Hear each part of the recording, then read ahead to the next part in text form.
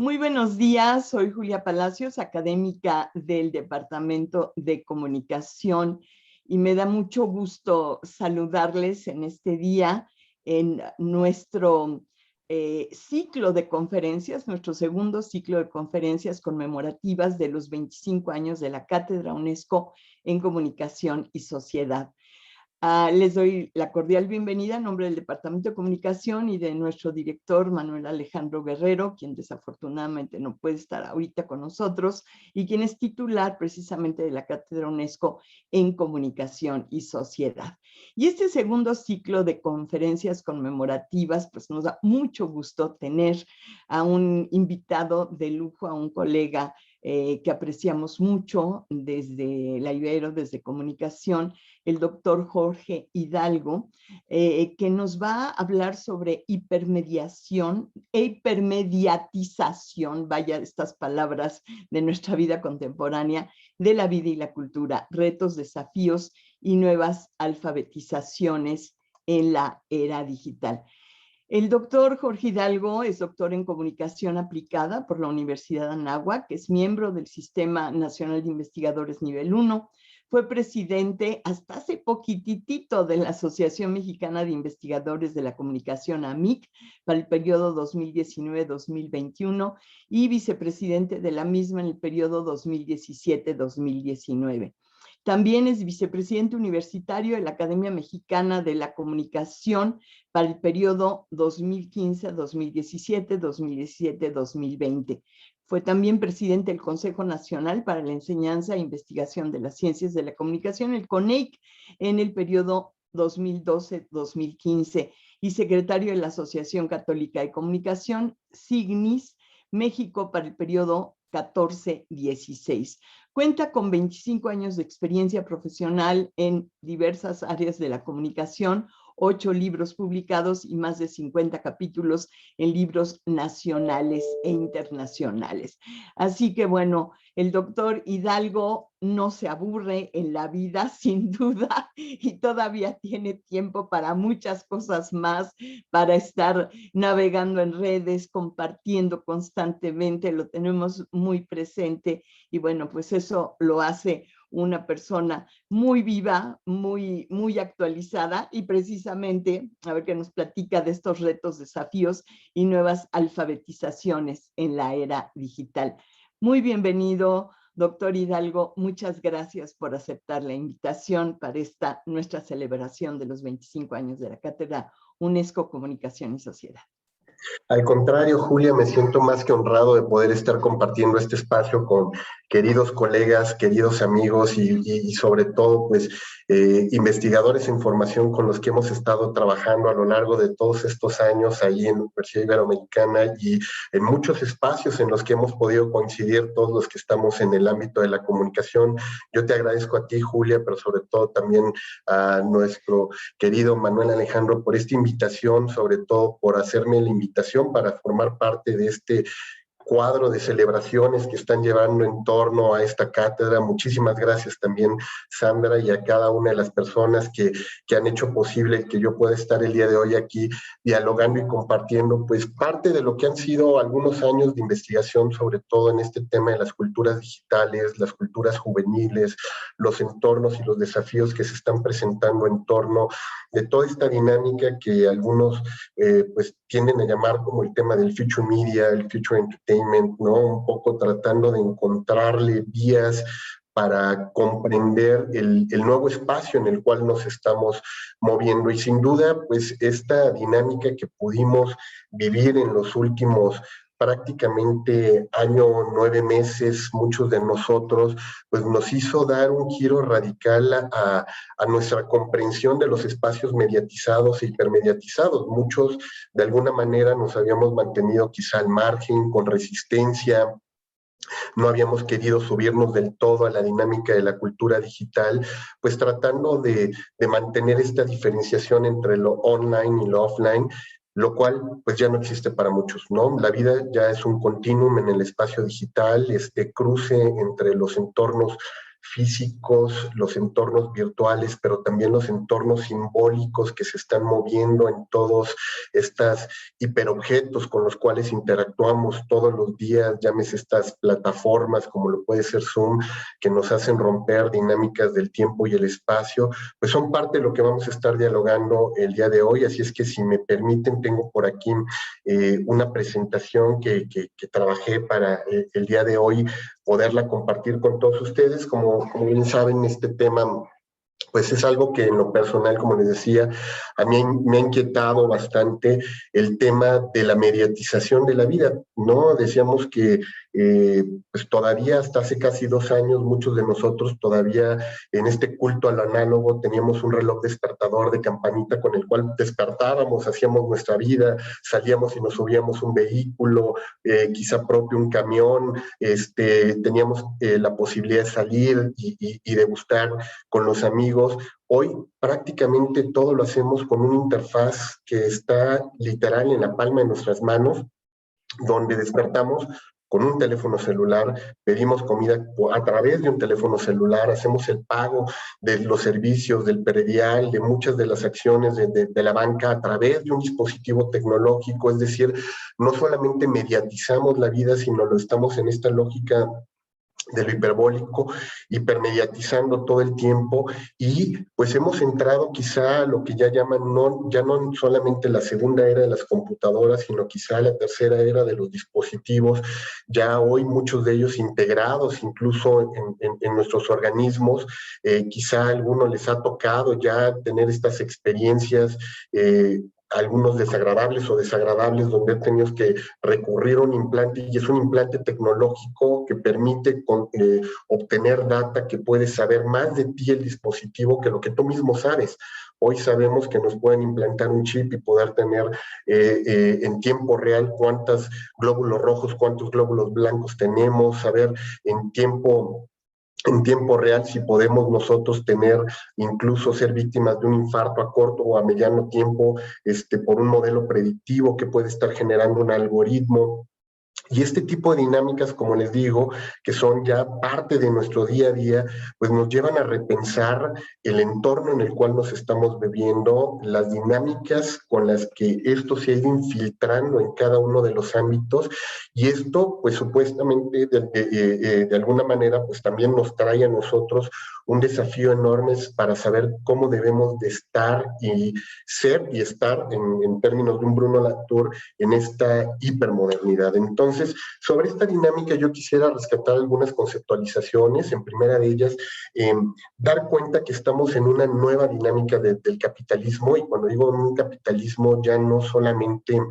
centrado, como decíamos, en la producción de bienes y servicios, ¿no?, para la subsistencia, sino hoy estamos hablando de una era de producción de contenidos. No solamente estamos hablando de una nueva era donde tenemos productos, servicios, contenidos, plataformas, sino también consumimos todos los días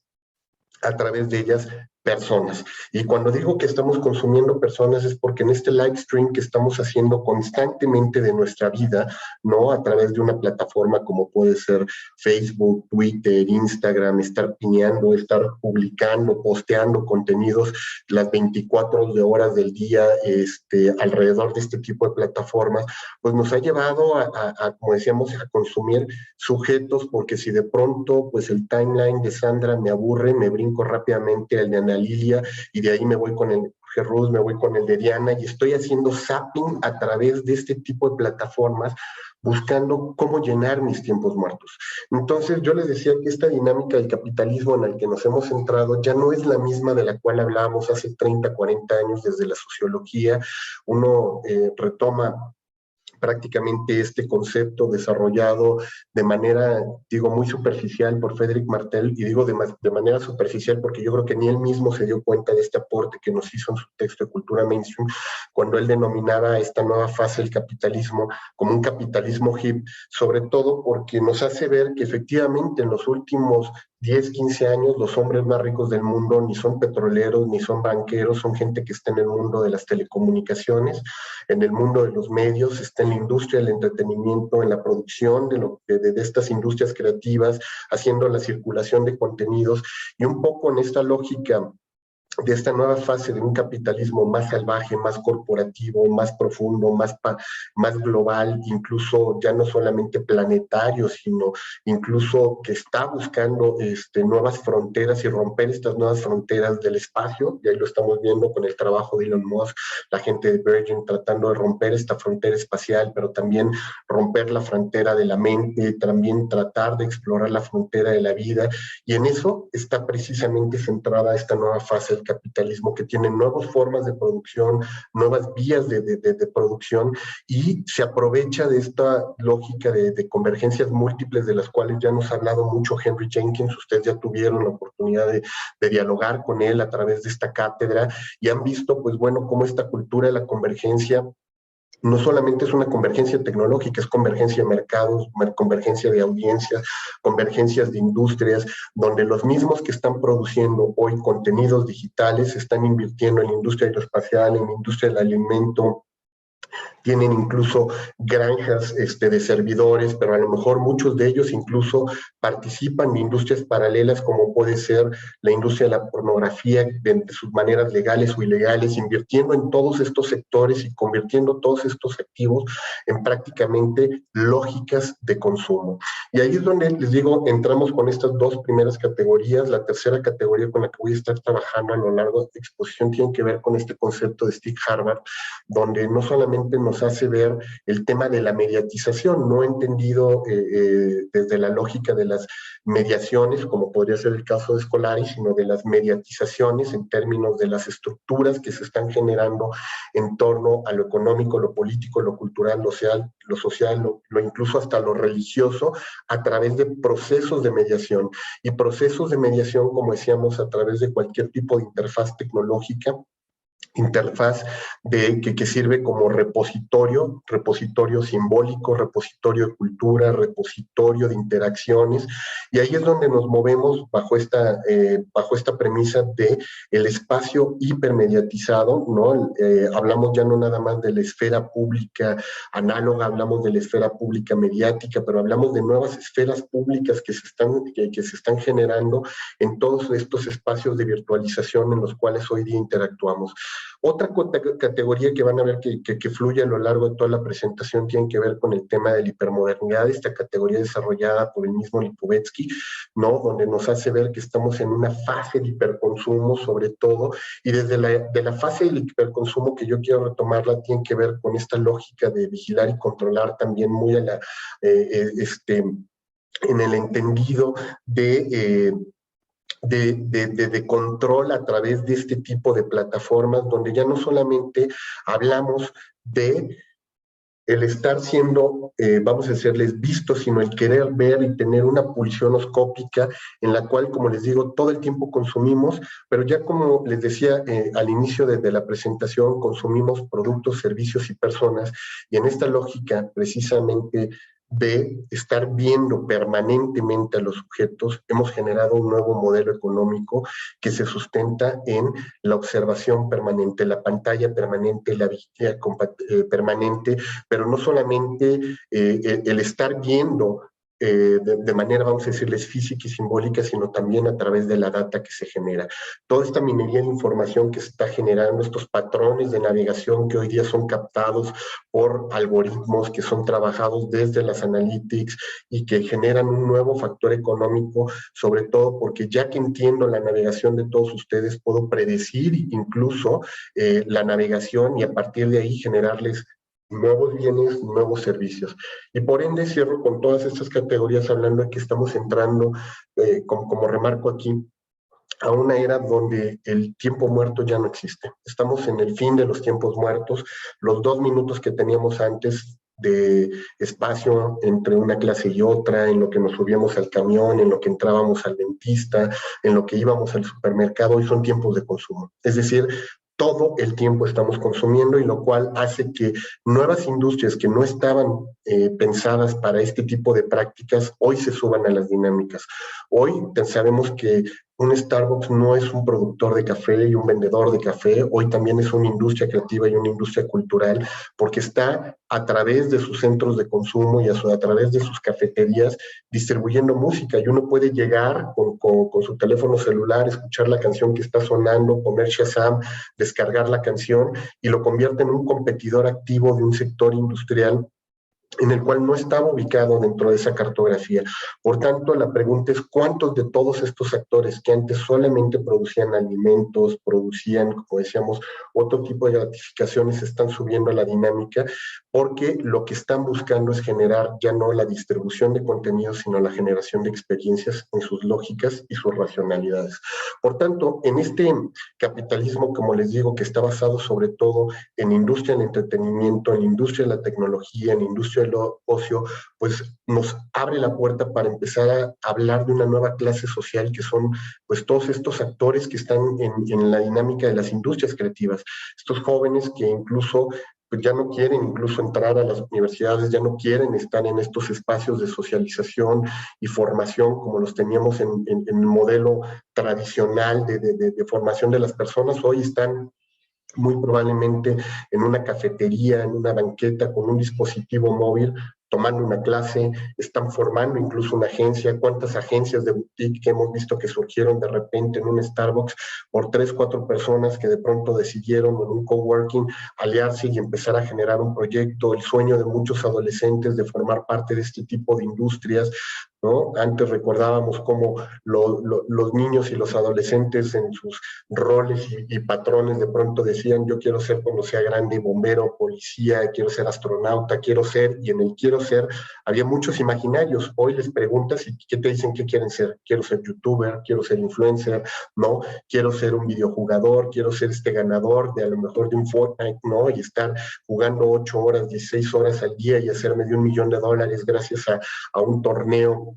en una de este tipo de plataformas. Es decir, hemos visto cómo cambian este tipo de roles y nuevos juegos que están dando, pero también cambia la geografía de los contenidos. Esta geopolítica que teníamos antes de la producción de contenidos perfectamente ubicada en Los Ángeles, Nueva York, en Toronto, incluso hasta en la India, en Bollywood, pues hoy sabemos que en un Tompolobampo o en un Champotón, en Campeche, pueden estar en un garage de una casa con un dispositivo móvil generando muy probablemente un podcast, un videocast con más impacto en términos de influencia que lo que pudieran estar haciendo los mainstreamers de este país. Y esto pues nos trae nuevas rutas también de desigualdad. Esta movilidad de los contenidos pues también nos genera nuevas brechas que habrá que empezar a atender, sobre todo en función de estas nuevas racionalidades que se están tendiendo. Y estamos en una era de bastante paradojas, ¿no? Esta imagen que pueden ver, que es de un Gursky, un fotógrafo que de pronto trata de denunciar la sociedad de consumo, toma esta fotografía que se vuelve emblemática, sobre todo desde el nombre, una foto que se llama 99 céntimos, que lo que quiere denunciar es este tipo de hipermercados donde todo lo que puedas encontrar tiene el mismo valor, pero paradójicamente llevan esta foto y en Inhotebi se vuelve una foto altamente vendida y cotizada, y uno dice: qué paradoja, una foto que sirve para denunciar la sociedad del hiperconsumo se vuelve parte de la nueva dinámica, una dinámica donde hoy, como decíamos, son consumos cada vez más compulsivos, obsesivos, extremos, frívolos, deslocalizados, globales, sin sentido. De hecho, dice Lipovetsky que muchas de estas nuevas generaciones de hiperconsumidores pues ya no consumen solo para ser, tener y estar y ser reconocidos y pertenecer a una comunidad, sino por el contrario, es simplemente un consumo absurdo, porque pues da lo mismo tener lo que antes era para una chica una bolsa Louis Vuitton que le permitía entrar a una comunidad de significación, con un nivel de estatus muy particular, cuando hoy puedes ir y comprarla en un bazar con los 12 códigos de seguridad que puede tener y tener la misma bolsa que a alguien le costó 40,000 pesos, tú comprarla a lo mejor por 500, por 1,000 pesos y simular, ¿no? Y hacer este simulacro, ¿no? Entonces, dentro de estas representaciones que vemos, pues también podemos dar cuenta de una generación que ha tenido que experimentar estas formas de consumo también de manera exagerada, en el cuerpo mismo. Entonces hoy vemos pues el triunfo de las drogas de diseño, del abuso, los abusos en los consumos de todos, desde el alcohol, pero también hasta los contenidos, este binge consuming que vemos que tienen muchas personas en un fin de semana ante el lanzamiento de la nueva temporada de La Casa de Papel, pues en una noche se chutan 5 capítulos, 7 capítulos, lo hacen todo de manera compulsiva para tener un pretexto conversacional con el otro. Y todo esto lo vemos porque hemos dado cuenta de una cantidad de cambios estructurales que se han dado, no necesariamente por la tecnología, y ese es uno de los primeros factores que quiero recalcar, porque pareciera que pudiera estar hablando desde un determinismo tecnológico, dándole atributos a la tecnología, pero no son cambios que se dieron por la tecnología per se dieron a raíz de muchas cuestiones que hemos visto en esta lógica. Por eso les decía desde la meditación de Steve Harvard, de dar cuenta de que primero hubo un cambio económico, un cambio político, un cambio estructural en lo cultural. Esto afectó la industria de las telecomunicaciones, de los medios. Esta se apropia de estos cambios y los hace y los regresa nuevamente con modificaciones. Por tanto, el primero de los grandes cambios que damos cuenta es la mundialización de la comunicación. Hoy prácticamente hablamos de que todos los bienes mediáticos se vuelven parte de nuestra canasta básica. Hoy muchos de nosotros tenemos en nuestra inversión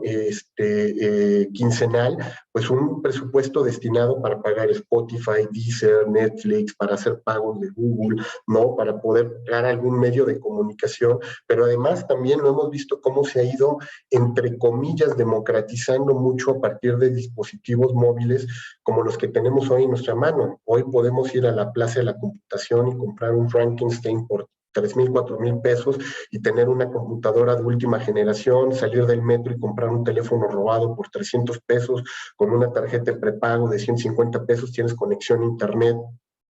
Hoy van y muchas personas van con el plomero, van con el tapicero y lo primero que te dice, deme su WhatsApp para mandarle cómo va a quedar el tapiz del mueble que le estoy arreglando, ¿no? Hemos tenido gente que de pronto les escriben las personas que les apoyan en sus casas para mandarle un inbox por Facebook y le dicen, ¿no? ¿Qué quieres comer? ¿No? Este tipo de prácticas que se han vuelto cada vez más cotidianas por este tipo de cuestiones, pues lo vemos que se expande. Tan solo si hacemos caso a las referencias que nos da la Asociación de Internet MX en nuestro país, pues hablamos más de 87.5 millones de usuarios en un país como el nuestro, con conectividad.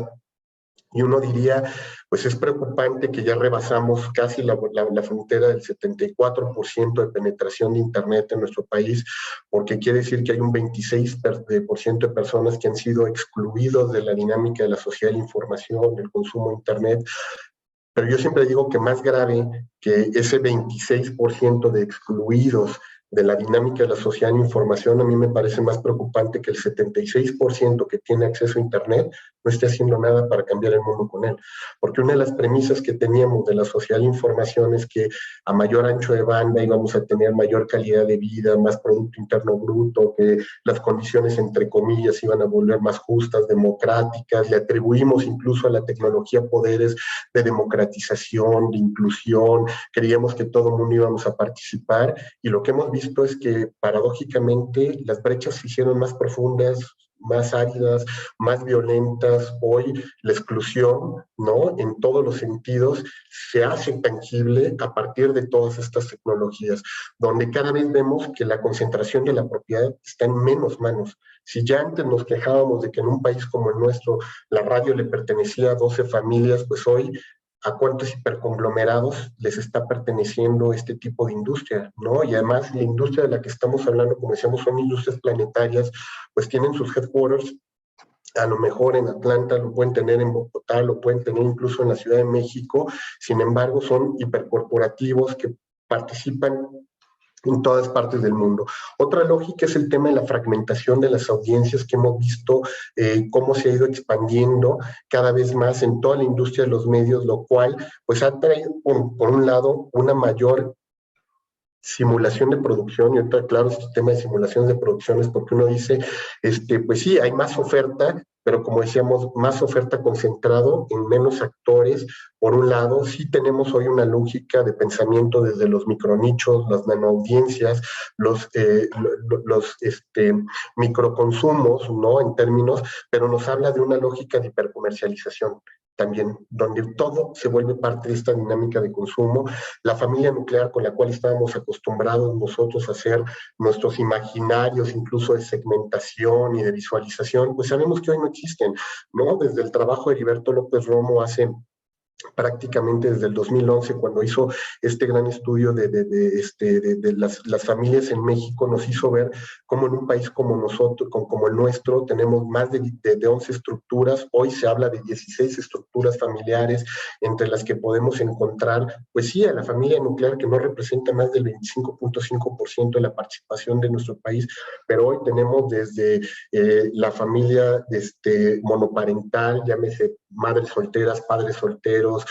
los que viven con el roomie, desde el que está solo con su perro y solo como un perro viviendo también ahí. Entonces, todas estas dinámicas de nuevas estructuras familiares pues, nos hacen ver que también cambió la condición citadina, ¿no? Hoy hablamos de, sí, un país, entre comillas, de 65% urbanizado, ¿no? Pero sabemos que todavía la condición rural está a unos kilómetros de nosotros. Ustedes, ¿qué les gusta? 16 kilómetros de Santa Fe, de donde está ubicada la Universidad Iberoamericana, regresan todavía a la sociedad agrícola, prácticamente cuando se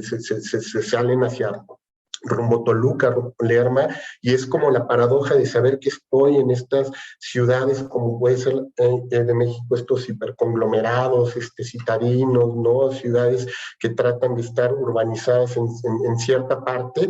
pero como les digo, o sea, 16 kilómetros de distancia pueden regresar literal a eras históricas en nuestros países. Pero bueno, hoy sabemos también que estos bonos poblacionales se han movido, aunque tenemos un país que aparentemente se mueve en términos de juventud, pues sabemos que en unos 5 o 10 años estaremos hablando de un país de viejo, donde la población también en nuestro país está reduciendo este paso del 2.3 de la población a las estimaciones que se creen que pueden venir en 10 años hasta llegar a 1.2 de miembros por familia, pues nos habla de cómo sí se va a ir reduciendo también el tema de la población. Nos va a empezar a ocurrir también, como ya lo estamos viendo en muchas partes en Europa, que la migración, los procesos de migración van a abastecer también las fuerzas y las manos de obra por las familias que vienen de migrantes de otras comunidades, pero el tema es que en todas esas desigualdades y en esas nuevas lógicas, los medios de comunicación, como les digo, ocupan ya hoy un lugar preponderante, y sobre todo porque están en el espacio doméstico, en el espacio público, y desde ahí es de donde tendríamos que estar pensando entonces parte de todas estas nuevas dinámicas. Pero todo esto que les estaba hablando pareciera que es también un mundo que de alguna manera no se ha movido, y paradójicamente en el año 8 meses, a partir del tema de la pandemia, vimos un cambio radical, porque entramos a la pandemia con esta realidad. Con la pandemia nos dimos cuenta de que venían otras brechas que ya se estaban dando a partir de una nueva cuestión, que es la infopobreza, el inforriqueza. O sea, si ya de alguna manera todos estábamos entrando en la dinámica del uso de tecnología, de los dispositivos, excluidos por estas nuevas lógicas, hoy sabemos que aunque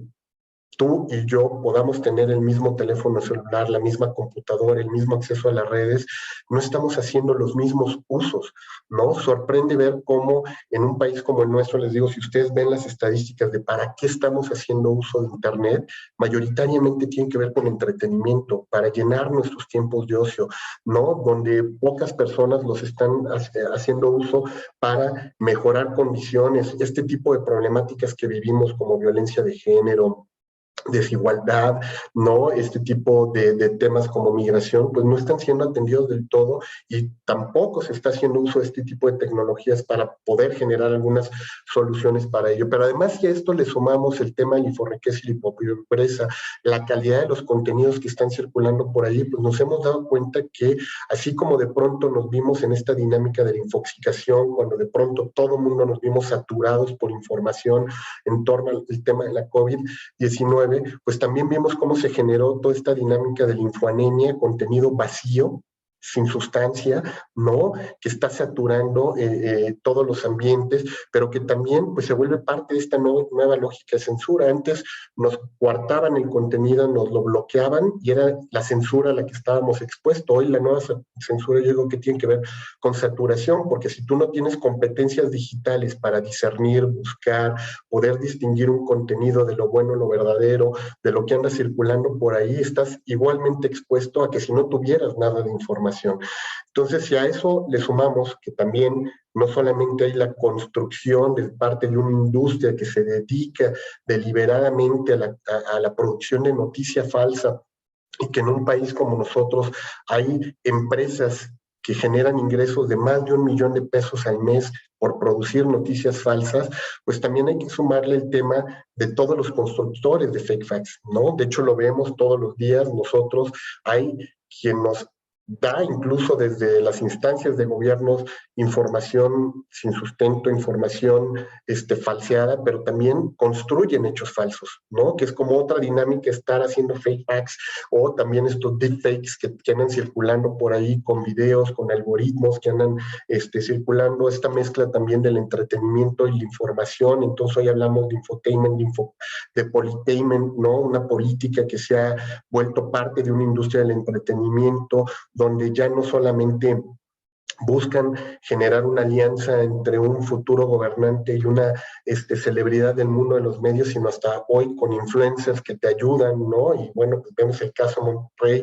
en Nuevo León, cómo se gana una gobernatura precisamente a través de estrategias sociodigitales, la presencia de influencers a través de estas dinámicas del entretenimiento. Y como les digo, pues en estos desplazamientos, pues habrá que ver que se están generando nuevas estructuraciones sociales. Pero así como vemos hoy en esta lógica del continuum digital una reconfiguración del espacio público, también vemos una reconfiguración del espacio mental, nuevas articulaciones, y entonces un poco en la dinámica de Nicholas Carr, de qué ha hecho Internet con nuestras mentes, pues uno podría decir también pues que en primera instancia pues nos ha generado y nos ha sembrado una nueva racionalidad, que es la racionalidad de la hiperconexión, donde prácticamente todos los días nosotros queremos estar participando de esta dinámica, porque hoy si no estamos en la red, si no estamos presentes en estos espacios, sentimos que no hay existencia. Sentimos que nos hemos quedado fuera de las dinámicas de socialización. Y en esas dinámicas de la socialización vienen este tipo de temáticas de la reputación digital. Entonces uno recuerda este capítulo de la tercera temporada, este primer episodio de Black Mirror, donde Lassie precisamente pues va por la vida haciendo una valoración de los otros y a partir de ahí generando pues un índice de socialización. Pues uno lo ve hoy día y esto que podría parecernos ciencia ficción, pues es la dinámica de muchos de los adolescentes en el mundo, ¿no? Donde todo el tiempo están buscando generar, vamos a decirles, una valoración y una validación consensual por parte de los otros a través de las dinámicas en red. Y en esa valoración y en esa reputación que están estableciendo en los espacios digitales, pues como les digo, van ganando legitimidad, aprecio, reconocimiento, pero también pues van generando un imaginario que se puede caer en cualquier momento para muchos de ellos, ¿no? Hay hoy N cantidad de casos de suicidios que se transmiten en línea, ¿no? Chicos que de pronto utilizan Facebook, Twitter para transmitir su suicidio en tiempo real, y hay un caso notorio de una de estas chicas que en Miami de pronto cuando está transmitiendo su suicidio, en el chat de pronto ponen, por favor, no le hagan caso, lo único que quiere hacer es llamar la atención, y efectivamente llamó la atención del mundo, porque este comentario lo dejó la madre en el chat, las niñas se terminan por suicidar, y como dicen, nadie hizo nada para frenarla. Todo mundo en esta dinámica de la espectacularización, de la transmisión en tiempo real, este live stream que se está haciendo, pues dejó claro que efectivamente un gran vacío que tenemos y un tema pendiente es la otredad. Y con esto empiezo a mencionar parte de las alfabetizaciones hacia las cuales tendremos que estar nosotros centrándonos, porque pareciera que tenemos y necesariamente que hablar de que requerimos que otra vez nos vuelvan a alfabetizar en una primera parte en lo psicoemocional, ¿no? En la manera como nos vinculamos con el otro. Y hay una alfabetización muy concreta que tendríamos que estar haciendo para sensibilizarnos sobre quién es ese otro que está ahí, qué es lo que requiere, de qué tiene hambre, de qué está gritando, por qué tiene que de alguna manera llamarnos. Yo ya les había dicho que una de estas estructuraciones que está modificando es el tema de sabernos visto, saber que todo el tiempo estamos transmitiendo en tiempo real y como, así como en Truman Show, que de pronto se descubre en un reality, todos los días nosotros nos estamos descubriendo en esta dinámica como si fuera un reality show, que tenemos que estar haciendo acciones para otros que nos están viendo a través de estas pantallas. Entonces, como yo les decía, si Foucault ya nos hablaba de un vigilar, controlar a través de mirada, a través de la observación, pues hoy lo tenemos. En esta geografía de contenidos, pues ustedes lo ven, este tipo de actores que aparecen como nuevos sujetos sociales, llámese un Whatever Tomorrow, un Escorpión Dorado, que pueden traer más de 11.9 millones de views en un video post versus a lo mejor los 650,000 que pueda traer una Carmen Aristegui, un López Dóriga en sus sistemas de streaming, ¿no? Hoy hablamos de que incluso una telenovela, como puede ser, un programa como La Rosa de Guadalupe, que se presume que estar entre los de mayor audiencia en un país como el nuestro, pues no alcanzan ni los 4 millones de televidentes, mientras, les digo, ahorita estos tienen una perspectiva y un alcance panregional. Y otro de los temas que hemos visto que se ha ido dando como una modificación tiene que ver con esta economía del lenguaje. El hecho de cómo las plataformas no solamente nos obligan a reducir el número de caracteres, como puede ser el caso de un Twitter, ¿no? Con 140 caracteres, 280 ahorita que nos permiten, pero el hecho de tener que reducir todas mis emociones a un emoji y que nadie pueda saber si esta carita feliz realmente es de felicidad, es de angustia, de estrés, si carita roja cuando yo la pongo de estoy enojado, qué nivel de intensidad, ¿no? Y yo siempre pongo ejemplo de que cuando uno va con el médico y le dice me duele aquí, pues el médico pues trata de explorar a profundidad para no cometer un error, porque entre la primera capa de piel y el órgano que puede estar afectado, pues si él me da un medicamento erróneo me puede matar.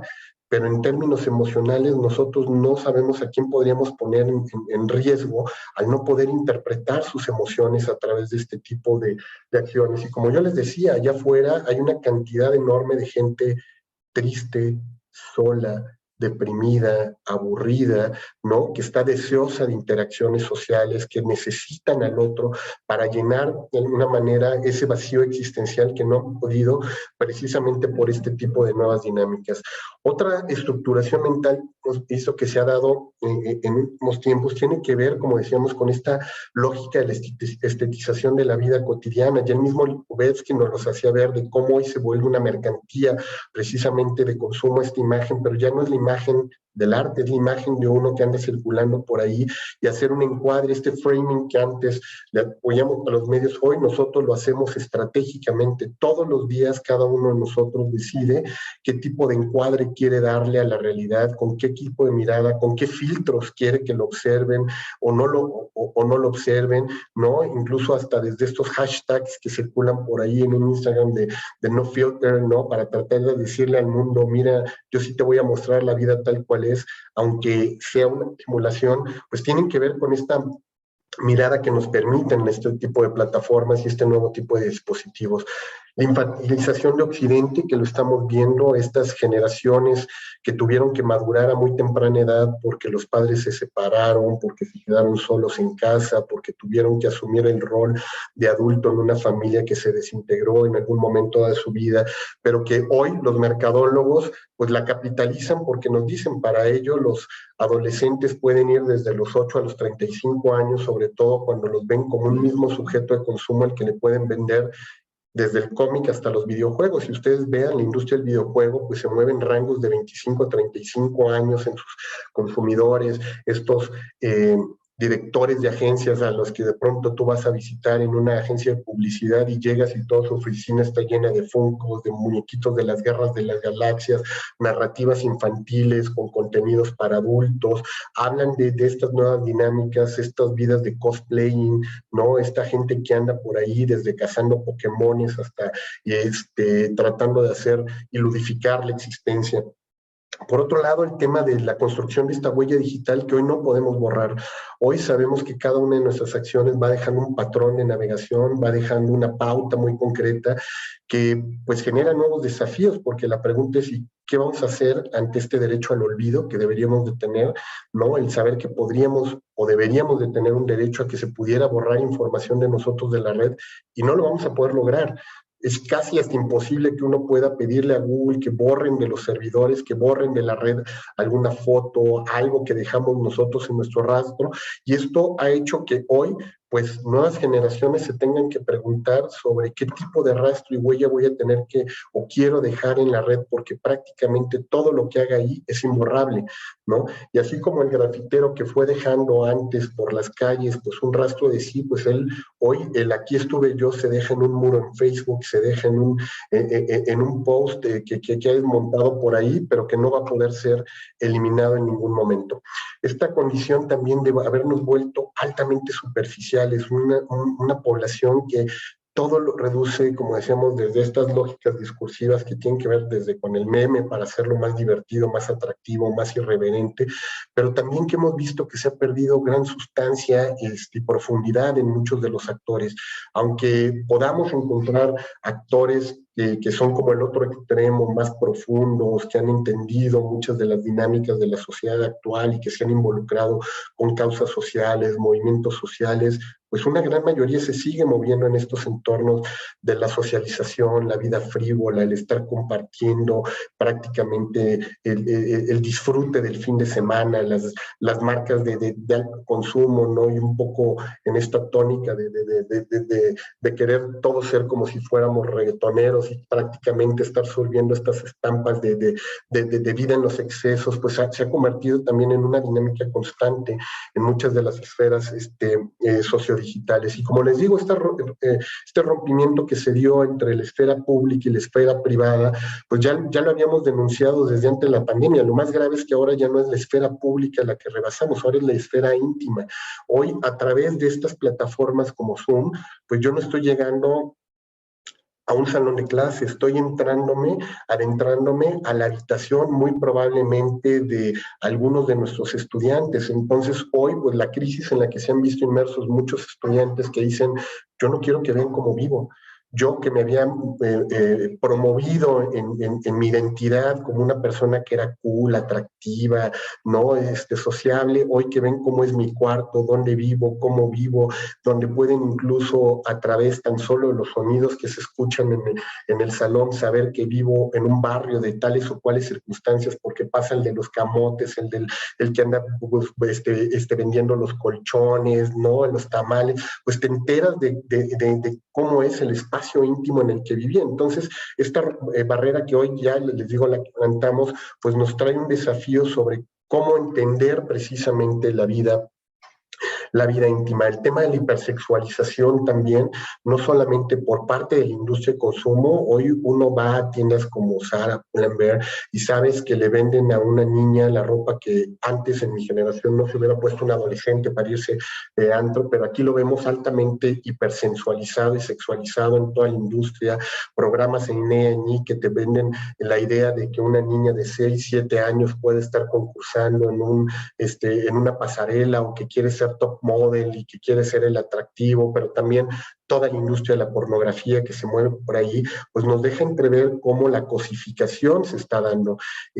Justo en un diplomado que estamos impartiendo 8 universidades de América Latina para el Consejo Latinoamericano de Acreditación de Escuelas de Periodismo y Comunicación junto con la CIP, en la cual está participando ahí Diana. La semana pasada hicieron un cuestionamiento muy interesante sobre este tema del debate que se puede dar entre incluso el tema de las sexoservidoras, ¿no? Del derecho que puede tener alguien a vivir de su sexualidad, pero también la cosificación y la denigración de la persona al convertirla en una mercancía. Entonces, ¿cómo se normaliza? Lo mismo nos pasa con la industria pornográfica, ¿no? Con la industria que circula en todos estos espacios digitales donde todos nos volvemos mercancías porque hay una utilización también de la persona y descentralizar su dignidad. El hecho de que estamos altamente saturados de contenidos, como le decíamos, nos está llevando a ver que también la saturación está generando otro de los problemas graves que tiene que ver con el cómo hoy nos sabemos aburridos. Yo siempre que estoy trabajando este tema de los tiempos de consumo con mis alumnos, me pregunto, porque si un mexicano promedio consume 8 horas 57 minutos Internet, y muchos de los adolescentes, les digo, no son parte de ese promedio, hay quienes dicen que consumen entre 16 o 24 horas al día. De hecho, en el último estudio de los hábitos de Internet de la Asociación Mexicana, habla de prácticamente de esta percepción de casi un 60% de la población que siente que están conectados las 24 horas. Por tanto, uno dice, ¿y qué haces navegando 8 horas? ¿Qué haces 3 horas 30 minutos en redes sociales? ¿Qué tipo de contenido estás consumiendo? Y además es consumo con sentido o simplemente, como digo, es para llenar tiempos muertos, tiempos muertos. Y la pregunta es si yo lo hago, el consumo, de manera aburrida, la pregunta es a dónde me están llevando estos consumos. Y a dónde me están llevando es a esta sensación de estar permanentemente entumidos. Y así como cuando llevamos hoy 8 horas sentados tomando clase o trabajando en una misma silla y no nos paramos y se nos duelen las piernas, la pregunta es, ¿qué pasa con nuestro cerebro? ¿Qué pasa con nuestras emociones? ¿Qué pasa con nuestra conciencia crítica cuando estamos tanto tiempo, les digo, simplemente haciendo que circule el timeline, ¿no? Estas personas que dicen que consumen 6 horas videos de TikTok, digo, bueno, ¿y qué hacen viendo 6 horas el TikTok al día? Quiere decir que en 2 días se consumieron, o 3 días, o en una semana, prácticamente todo lo que circula por ahí, y lo que implica también estar generando contenidos para una industria que trae estas prácticas de consumo. Y esto, pues obviamente, nos lleva a situaciones como las que hoy estamos viviendo de estrés digital, ¿no? Donde hoy sabemos que prácticamente vivimos enganchados de este tipo de dinámicas. Pero esto, les digo, pareciera que es como una dinámica en lo online, pero ¿qué pasa también en un mundo offline donde les digo, tan solo para que lo vean, como les decíamos, el tema de la salud psicoemocional, el saber que en un país como el nuestro, pues sí, efectivamente hubo quienes tuvieron la fortuna de estar conectados y vivir encerrados en la pandemia, pero hoy tenemos una nueva clase social que se mueve en la calle, que sabemos que no tuvo la oportunidad de estar un solo día dentro de su hogar viviendo el tema de la pandemia. Entonces tenemos a los de adentro, los de afuera, los conectados, los desconectados, los mediatizados, y todos de alguna manera nos hemos visto afectados en nuestra salud psicoemocional, y esto pues nos obliga a tratar de empezar a trabajar otro tipo de alfabetizaciones que tienen que ver con todas estas dinámicas para poderles ayudar a entender el mundo. Y aquí hago un pequeño paréntesis, porque cuando yo hablo desde la óptica de la alfabetización, me refiero a dos premisas básicas. Entender te enseño a leer para darte las herramientas para poder decodificar el mundo. Y te enseño a escribir te doy las herramientas para modificar y reescribir la realidad en la que estás. Entonces, si partimos de esta metáfora de te enseño a leer para entender el mundo, a escribir para transformar el mundo, las nuevas alfabetizaciones, ¿cómo nos deberían de estar orientando para dotar de sentido esta nueva realidad desde lo económico, lo político, lo social, lo cultural, lo espiritual, en todas las dinámicas? Y esto implica nuevas formas de leer los códigos sociales, nuevas formas de entender estas nuevas realidades para poder reescribir en ellas. Entonces, yo ya por aquí ya les daba algunos datos, ¿no? Lo que les decía, nada más para que se viera cómo se dio antes de la pandemia y durante la pandemia estas prácticas de consumo. Pues nada más vean los números, ¿no? De cómo pasamos de las 8 horas 20 minutos que consumíamos en promedio antes Internet, ahora las 8 horas 57, el cómo se va la caída de lo que ya sabíamos, la televisión, que perdimos como un tiempo de consumo, perdón, creo que ahí se movió, el tema de la radio, que aún cuando nos está acompañando, pues prácticamente nos sigue acompañando muy poco en nuestra práctica de consumo, además de que es un consumo transmedial, lo hacemos muchas veces 2 o 3 plataformas consumidas al mismo tiempo, entonces estamos, mientras vemos, descargamos, mientras descargamos, tuiteamos, entonces traemos por ahí algunas de las prácticas y también que se dieron de nuevas condiciones de consumo en nuestro país durante el tema de la pandemia tuvieron que ver, como les digo, el entender que hoy el consumo está condicionado a el tipo de generación a la que tú perteneces, también al estilo de vida en el cual estás adscrito, pero también tu situación socioeconómica. Entonces, si ustedes cruzan niveles socioeconómicos, estilos de vida, género, generación, actitud ante la pandemia, pues no tuvimos una sola forma de vivir la pandemia. Estamos hablando de múltiples formas de vivir la pandemia, estamos hablando de múltiples realidades, de muchas dinámicas con las cuales estamos inmersos nosotros hoy día. Sin embargo, fíjense que hay como constantes que han podido identificar los diversos estudios de consumo cultural durante la pandemia, que fue pues que hoy nos convertimos en consumidores que se dicen prácticamente altamente sensibles y demandantes hoy ante esta cultura de la negación, esta cultura también del estar de alguna manera quejándonos de algo que no nos gusta y saber que tenemos un espacio donde lo podemos vertir este malestar, pues nos ha llevado también a poner en tela de juicio a esas mismas marcas, a esas mismas instituciones que hoy quieren estar en Internet, porque hoy todas saben que los estamos vigilando, saben que nos podemos quejar, saben que podemos de alguna manera ponernos en crisis si algo no nos gusta, algo no nos parece. El tema también de que somos sujetos altamente susceptibles cuyas emociones están a flor de piel por esta manera como nos ha tocado enfrentar, les digo, los niveles de tristeza y depresión que se han incrementado en los últimos meses por esta dislocación tanto de los espacios, de los tiempos, donde hoy ya no hay un espacio para el trabajo, un espacio para el estudio, un espacio para la familia, pues nos obligan a tratar de volver a tener un ejercicio de conciliación trabajo-familia, espacio personal, espacio laboral, que no sabemos todavía muchos equilibrarlo, ¿no? Y entonces el tema de cómo vamos a construir hogares sanos versus los hogares inteligentes que tratan de construir las empresas con todos estos dispositivos tecnológicos. Entonces hoy traemos pues estos debates al interior del hogar, este tema de los activismos sociales y la cancelación que también los vemos, la proliferación de muchas de las manifestaciones, ustedes que han hecho un gran trabajo ahí en la Universidad Iberoamericana estudiando esto, que dentro de estas líneas de investigación que tienen de los movimientos socioculturales y sociodigitales también que se están dando, tratar de entenderlos y sobre todo ver las dinámicas, estrategias que se han tendido para transformar el espacio público, pues son importantes que podamos seguirlos visualizando y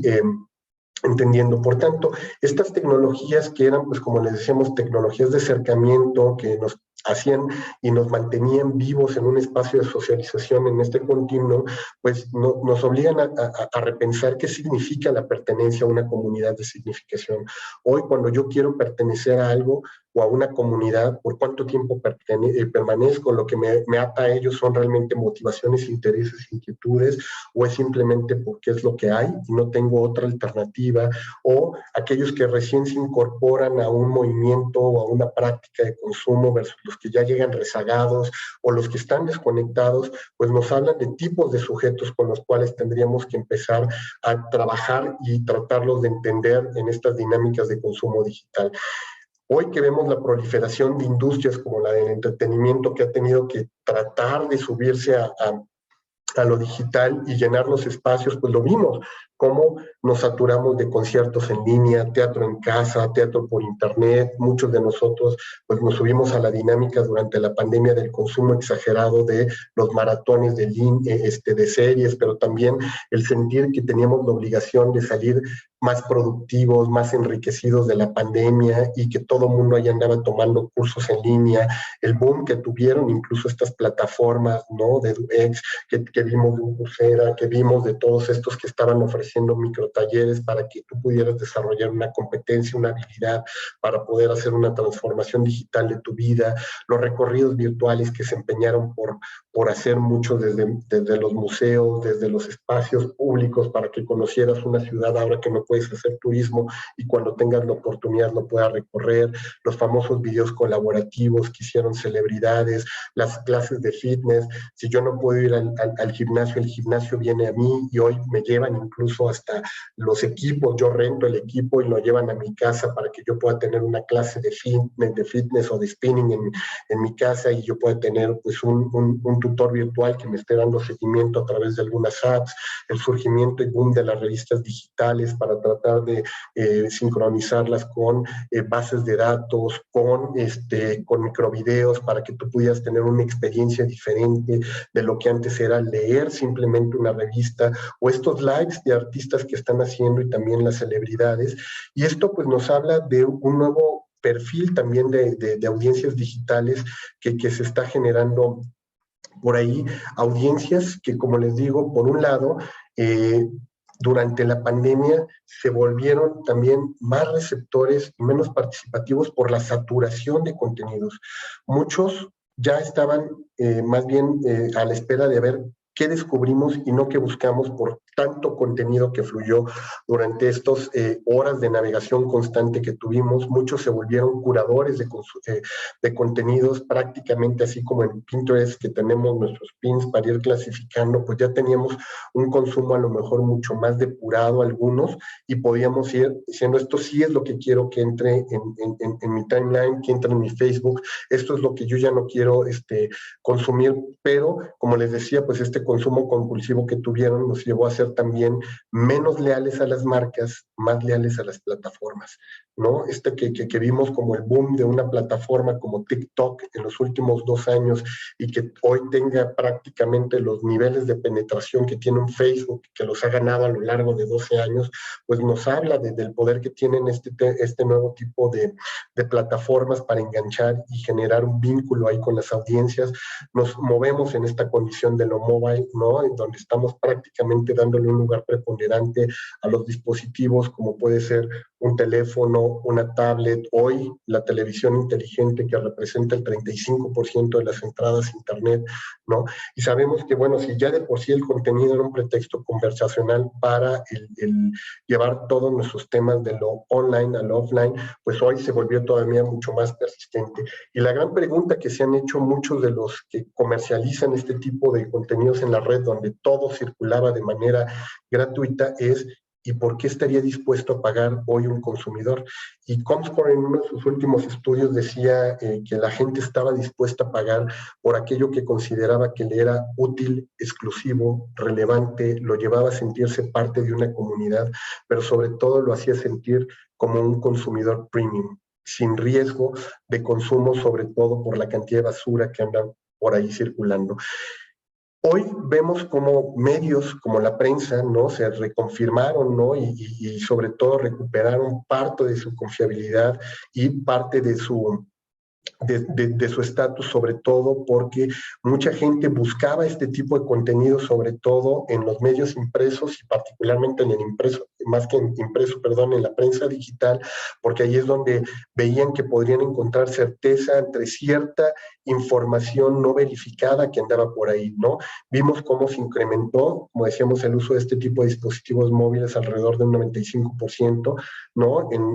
Sobre todo por el tema de las noticias. Otro de los temas que vimos que se dio como práctica de consumo en todos estos entornos digitales, sobre todo por cohortes generacionales, tiene que ver con el audio, ¿no? El podcast resurge después de que hace 10 años que surgieron este tipo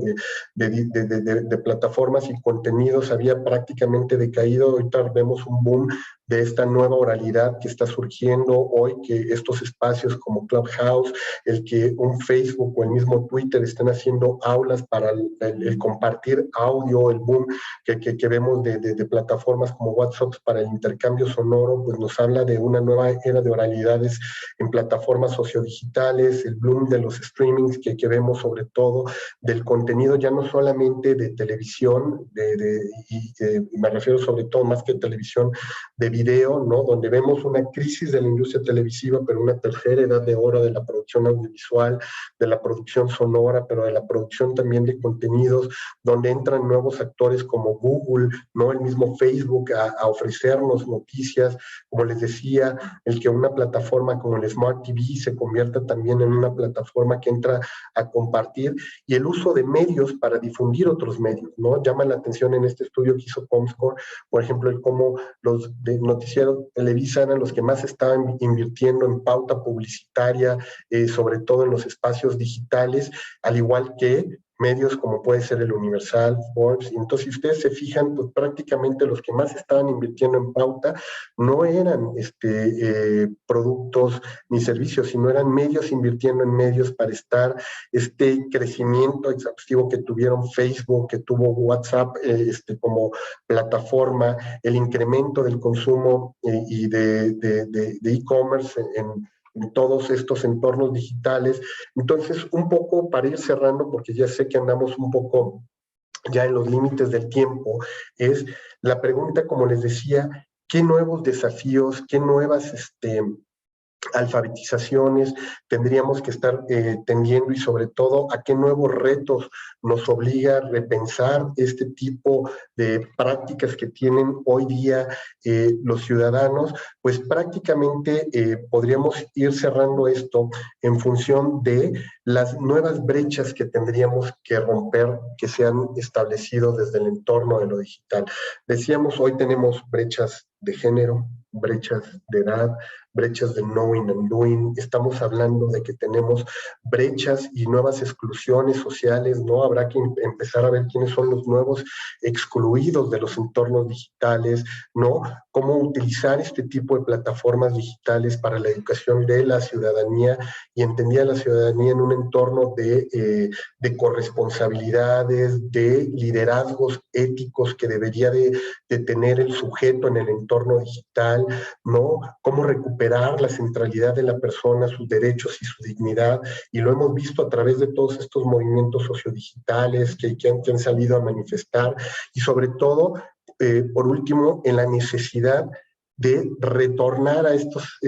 pensamientos críticos y esta formación crítica del uso de este tipo de tecnologías. Y así como pasamos de la educación con todos estos trabajos que nos hicieron muchos de nuestros teóricos de la comunicación en la década de los 80, la educación para los medios, de los estudios de recepción 90, de la alfabetización mediática, hipermediática, del 2000, del 2010 para acá, pues hoy sabemos que prácticamente mucho de todo el trabajo que deberíamos estar teniendo es para generar nuevos espacios de fluidez, sobre todo de que así como hoy aprendemos lo digital como una primera lengua, pues la pregunta es ¿qué desafío presenta el aprender a hablar en nuestro nuevo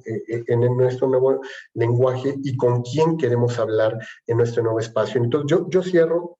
quizá esta participación un poco con esta metáfora que yo les daba precisamente de si alfabetizar tiene que ver con aprender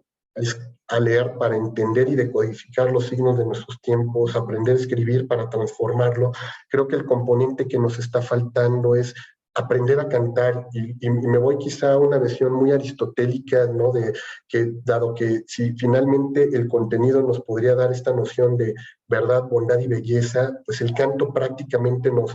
da esta parte de la metáfora que quizá nos está faltando, que es dotar de sentido el contenido digital, ¿no? Lo que nos está faltando allá es sentido, pero partir de este sentido desde la lógica de la otredad. Yo por eso decía que quizá la primera de las alfabetizaciones, antes que mediática, tiene que ver con una alfabetización psicoemocional, aprender a leer al otro, aprender quién es ese otro que está por allá circulando, quizás sensibilizarnos más sobre la realidad en la cual estamos inmersos, porque pareciera que yo les hablo del mundo digital, pero allá afuera hay otro mundo, y como les decía, a menos de 16 kilómetros de nosotros, a 4 kilómetros, hay una realidad que se quedó fuera de todo este mundo, que no está viviendo este entorno digital. Sin embargo, vive presionado por la racionalidad de la cultura digital, que lo quiere obligar a subirse a este tipo de dinámicas, y en las cuales algunos han manifestado resistencia y otros, por presión de pares, van a terminar subiéndose a una nueva lógica de hiperconsumo, que les digo que es quizá lo más grave de mucho de esta dinámica de lo digital, si realmente única y exclusivamente nos ven a nosotros como consumidores y no como personas. Muchísimas gracias. Jorge, aplausos, aplausos acá, aplausos mudos, pero infinitos aplausos de esto que nos acabas de compartir, más allá de los retos, desafíos y nuevas alfabetizaciones en la era digital, has generado, me parece, una serie de provocaciones en quienes te acabamos de escuchar, en el sentido de, bueno, por un lado, que como investigadores, como intelectuales de la comunicación, qué tenemos que pensar en estos momentos y como comunicadores también, qué contenidos, en qué medios nos estamos enfrentando frente a quienes, ¿no? Creo que, bueno, estamos así como uno de tus dibujos acá con un montón de así de provocaciones. Y bueno, lo que quiero hacer, tenemos una serie de preguntas y yo creo que tendríamos muchas, pero en razón del tiempo, lo que voy a hacer, Jorge, es leerlas todas. Si quieres tú tomar nota y tal vez hacer como una respuesta general, si es que se puede. De hecho, algunas personas pues se han retirado ya, pero no importa, esto queda grabado y es lo bueno. Aquí, el fin de los tiempos muertos también por el fin de la distinción, también pone fin, me imagino, por el fin de la distinción entre el espacio privado y el profesional. Otra, me parece grave que se pueda perder la capacidad de aburrimiento, ese espacio de ocio que permite replantearnos nuevas ideas. Otro, ¿sabemos algo de las posibilidades reales de amasar fortuna siendo influencer o youtuber? Otra, el consumo de una falsa vía de pertenencia a cierto grupo aspiracional. Otra pregunta, ¿la comercialización a través de las redes sociales empieza a crecer exponencialmente cuando pasas del 500,000 de influencers? A partir de allí ellos dispersan para monetizar de acuerdo a cada red por el clic, costo por clics y por los anuncios alrededor de banners y por las marcas que anuncias como contenido que va desde los zapatos Gucci de algunos microinfluencers y que es su pago hasta patrocinios mayores por contrato con la marca, similar al sponsorship de televisión. Otra pregunta, ¿cómo podemos como usuarios o consumidores proteger nuestra información contra tanta filtración de las compañías si los gobiernos han dejado la regulación de lado? Otra pregunta, ¿qué referencia utilizó para dar la cifra de 76% de acceso a Internet? Gracias. Otra pregunta, ¿qué efectos, además del infoentretenimiento, considera que causará en el periodismo la reconfiguración pública y mental del Internet? Otra pregunta, ¿cómo se podría dar la alfabetización en el entretenimiento y específicamente en programas de televisión de entretenimiento? Luego alguien te manda a saludar y Sandra Vera se despide porque tenía una reunión en este momento. Ya, es todo, todas tuyas. ¿Qué nos sintetizas, qué respondes, Jorge, en unos minutitos? Claro que sí, Julia. Pues mira, de antemano muchas gracias a todos por su interés y por las valiosas preguntas que nos hacen, y voy a tratar de ver si puedo ir llenando algunas a través de esta respuesta genérica que me pides, Julia, y generalista. Por un lado, el tema, como bien dices, de la distinción de la noción de ocio, ¿no? Esta noción que tenemos, por un lado, de que el tiempo de ocio para algunos era un tiempo productivo, era el momento en el que terminabas de hacer las cosas que no podías hacer fuera del ámbito del trabajo, pero en otras culturas el tiempo de ocio era un tiempo dedicado para uno. Y uno decía, ¿cómo en ese tiempo me reencuentro conmigo mismo, me hablo, ¿no? Me escucho, me voy llenando y doto de sentido y plenitud mi vida? Hoy la pregunta es, ¿cómo puedo llenar ese tiempo cuando estoy saturado de contenido, porque no tengo el tiempo de hacer un ejercicio metacognitivo, reflexión en tiempo real. O sea, el tema es cómo ante este video que yo dejé de no ver ayer, de la película que dejé a medias, pues lo trato de llenar en los 2 minutos, pues no voy a tener tiempo, como decíamos, para mí, ni tiempo para producir, ¿no? El tema es que estoy consumiendo la vida de los otros, ¿no? La vida de otros a partir de esos espacios que yo podría dedicarme. Entonces decíamos que lo grave es que cuando esta dinámica se mete en tu racionalidad, pues sí, efectivamente estamos hablando de un problema grave, porque el problema ya no es solamente el tema de la otredad, sino de la mismidad. ¿Qué significa ser yo en este espacio? ¿Cómo me conciben y cómo me concibo y cómo me dedico no un tiempo para mí mismo? Cuando yo mismo me pongo en esta dinámica de solamente verme como un consumidor y no quererme salir. Porque para poderme salir de esta dinámica yo tendría que establecer una distancia crítica, ¿no? No solamente de qué consumo, cómo consumo y para qué consumo, sino incluso una especie de alejamiento. Y hoy hemos visto incluso fenómenos de downshifting o desconexión que están dando en el mundo. Gente que de pronto llega y dice, yo ya no quiero estar en la red. Yo ya no me quiero meter en esta dinámica. De hecho, había una pregunta que iba un poco en ese sentido, ¿no? ¿Cómo poder equilibrar? Y la única forma tendría que ser, pues, salirme de este espacio. Si yo no quiero que mi vida fluya por la red, pues prácticamente me tendría que desconectar, ¿no? O sea, y cuando digo desconectar, es desconectar de todo, lo cual prácticamente hoy es totalmente imposible, ¿no? O sea, sabemos que vivimos ya en esta dinámica, no vamos a podernos salir, que de alguna u otra forma tendremos que estar entrando. La pregunta es, pues si sé que tengo que estar, pues ahora me tendría que replantear cómo quiero estar, desde dónde quiero estar, por qué quiero estar y hasta dónde me voy a dejar que me vean en ese espacio para protegerme yo mismo de mí mismo, ¿no? Y protegerme de las marcas que me están observando, que solo quieren mi patrón de navegación, que solamente me ven como un objeto de consumo.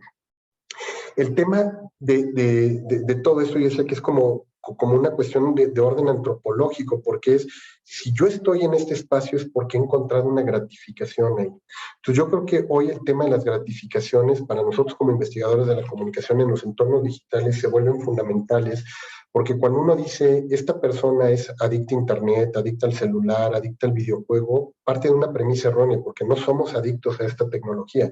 Yo soy adicto a la gratificación que me produce. Entonces la pregunta es, ¿qué gratificación me está generando el estar 8 horas 50 y tantos minutos en internet, ¿no? El pasar 3 horas 30 minutos en redes sociales, eso es porque algo llena, y seguramente lo que está llenando es mi necesidad del otro. Necesito el encuentro. Entonces, a mí me preocupa mucho que en esta nueva dinámica que se generó a partir de la pandemia, que es toda una forma económica que ya incluso se le conoce como el low touch economy, una economía de bajo tacto, ¿no? Y donde vamos a tener cada vez menos contacto con las otras personas.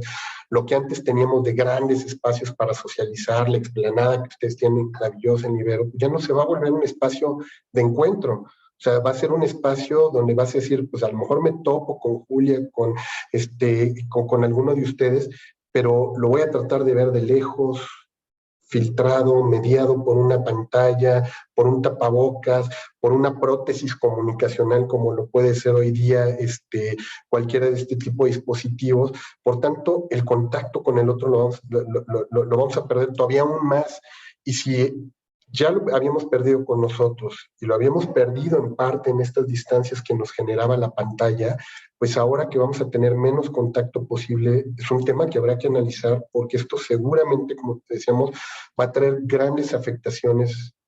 en nuestra salud mental, en nuestra salud psicoemocional, en nuestra forma de vincularnos. Si ya éramos insensibles a temas como la pobreza, la injusticia, la violencia, pues ¿qué pasa cuando solamente la ves mediada? ¿No? Cuando sientes que tu única contribución puede ser darle un like a un mensaje o mandar un tweet o decir yo participo en esta marcha virtual y hasta ahí se queda y no me involucro, no me compenetro y no me voy a esa realidad para volver a hacerla, creo que nos termina afectando. Entonces, yo decía, por un lado es la pregunta de del ser en el mundo digital, del estar en el mundo digital, del para qué estar en el mundo digital y las lógicas de pertenencia. Martin Nystrom hizo por ahí un estudio, un libro que paradójicamente se lo cito no como texto de consulta para un investigador en comunicación, porque viene del mundo de la mercadotecnia, pero me parece muy interesante el dato que él encontró en este libro de Brian Child cuando monitoreó por qué los niños querían estar en Internet y por qué pasaban tanto tiempo en Internet, ¿no? Y Martin Nystrom encontró en ese estudio que hizo en 16 países que decía, ellos quieren estar en el mundo digital porque han encontrado que para ellos sus grandes motivaciones son autoexpresarse, necesitan un espacio donde ellos puedan hablar y han encontrado que en el espacio donde entre comillas hay un otro que lo escucha es la red. Quieren pertenecer, como muchos de nosotros queríamos pertenecer en su momento al grupo, a la banda, ¿no? A la tribu, algo, hoy solo lo encuentran en comunidades virtuales, ¿no? Y grupos en redes sociodigitales, por tanto el tema de la pertenencia para ellos es muy importante porque han perdido esos grandes arraigos sociales. Y el otro decían ser, expresar mi identidad. Entonces, si yo me fuera en esta lógica maclugiana de los medios como extensión de mí, pues estas redes hoy son extensiones de mi identidad. Y la pregunta es, ¿qué identidad estoy construyendo en los espacios sociodigitales? Y hoy sabemos que estas identidades las construimos como si fueran layers y tenemos muchos layers porque una identidad la expreso aquí en Zoom, otra la expreso en Twitter, ¿no? Porque ahí tengo que tener una representación de mí mucho más crítica para opinar en la opinión y incidir en la opinión pública, pero a lo mejor es una más social la que tengo en Facebook, mientras una más psicoemocional que tengo en Instagram, donde quiero que todo fluya en mis emociones. Entonces, creo que en ese sentido, como decíamos, de ser, estar, pertenecer, adscribirnos, pues tendríamos que centrar muchas de nuestras nuevas investigaciones y para trabajar temas de las identidades, de las culturas, de las y múltiples culturas digitales que se están generando en este espacio, porque no es única, ¿no? El tema de los que no quieren estar, qué es lo que han visto todavía de maravilloso en el mundo análogo, que no pueden ver los que están en el mundo digital o que se les ha privado, no porque quieran, sino porque en sus comunidades la violencia, ¿no? La inseguridad, las distancias, los accesos, no se los permiten, pero además porque ya no hay puntos de encuentro. Yo recuerdo este texto de Inés Cornejo del libro, ¿no? Del lugar de los encuentros y que nos hacía ver cómo los malls se habían convertido en un lugar importante para las culturas juveniles, los adolescentes de pronto que llegaban en un viernes y todos se metían y ahí lo encontraban todo. Pues lo mismo nos pasa yo en el entorno digital, o sea, tengo absolutamente todo, e incluso hasta afectos, ¿no? O sea, puedo encontrar en estos espacios. Entonces, quizá por ahí yo trataría de englobar muchas de estas preguntas que nos hicieron y sobre todo, pues lo que representa para muchos quererse subir esta dinámica, porque cuando hablaban de los influencers, el por qué quiero ser, porque pues me dijeron que si soy rico, soy famoso, pues me vuelvo quizá el centro de la atención. Me vuelvo el lugar, ¿no? Todo el mundo va a querer girar en torno a mí porque tengo dinero para estar en lugares donde quizá tú no puedas estar, me junto con celebridades que todo el mundo quisiera estar alrededor de ellas, pero lo único que nos está hablando es de gente que tiene una gran necesidad de afecto, reconocimiento y valoración que muy probablemente no están encontrando en los entornos naturales donde antes a lo mejor lo teníamos nosotros en la familia, en la escuela, en el club o hasta en el centro religioso, ¿no? Ya no lo encontramos porque perdieron su sentido muchos de estos espacios con las dinámicas de la hipermodernidad. Uf, bueno, pues yo creo que ha sido una buena respuesta global a estas preguntas que han hecho. Obviamente se quedan muchísimas cosas en el tintero, sobre todo como te decía yo, como mencionaba, más que nada provocaciones. Ha sido un provocador para pensar y repensar un montón de cosas que nos va a costar mucho trabajo y nos está costando trabajo porque además somos partícipes, somos protagonistas de todo esto que tú estás hablando, somos los protagonistas. Entonces, ¿cómo vamos a hacer para salirnos, observar esa realidad de la cual a la vez somos parte, ¿no? Entonces es un poco como que necesitamos entre todas, todos y todes ayudarnos a esta observación desde fuera. Siento que somos un poco como dentistas, ¿no? Solitos no podemos hacer esta curación, pero pues con colegas vamos a poder lograrlo y avanzar y sobre todo aportar urgentemente, porque además yo creo que algo que nos dejas, Jorge, es también este sentido de urgencia, de esta inmediatez que estamos viviendo y en estos últimos tiempos el cambio tan tremendo que hemos vivido y que nos ganó todo este mundo, toda esta nueva forma de comunicarnos que tenemos inmediatamente que entrar. Ya no podemos darle mucha pausa al asunto. Es que, bueno, no me queda más que agradecer infinitamente. Quisiéramos quedarnos aquí todo el día, ¿verdad? Mejor nos invitamos una charla de café y nos quedamos toda la tarde conversando contigo. Y pues muchas gracias a este segundo ciclo de conferencias conmemorativas de nuestros 25 años de la Cátedra UNESCO de Comunicación y Sociedad, que está albergada en el Departamento de Comunicación de la Universidad Iberoamericana. Gracias por participar en este encuentro que es tan importante para nosotros. Una vez más, a nombre del doctor Manuel Alejandro Guerrero, muchas gracias de todo el Departamento de Comunicación y pues ya estaremos disfrutando y revisando toda esta grabación con todos estos puntos que han sido, insisto, muy provocadores. No, muchísimas gracias a ustedes, Julia. Gracias por darnos la oportunidad de conversar y bueno, como siempre decimos, seguimos en comunicación y migrando de una pantalla a otra. Migrando de una pantalla a otra, espero que algún momento, que sea en la explanada, nos podamos ver que está muy amplia. Muchas gracias, doctor Jorge Hidalgo, por esta presencia y pues sin más a todo el mundo por su presencia en este coloquio. Gracias. Buena tarde. Gracias.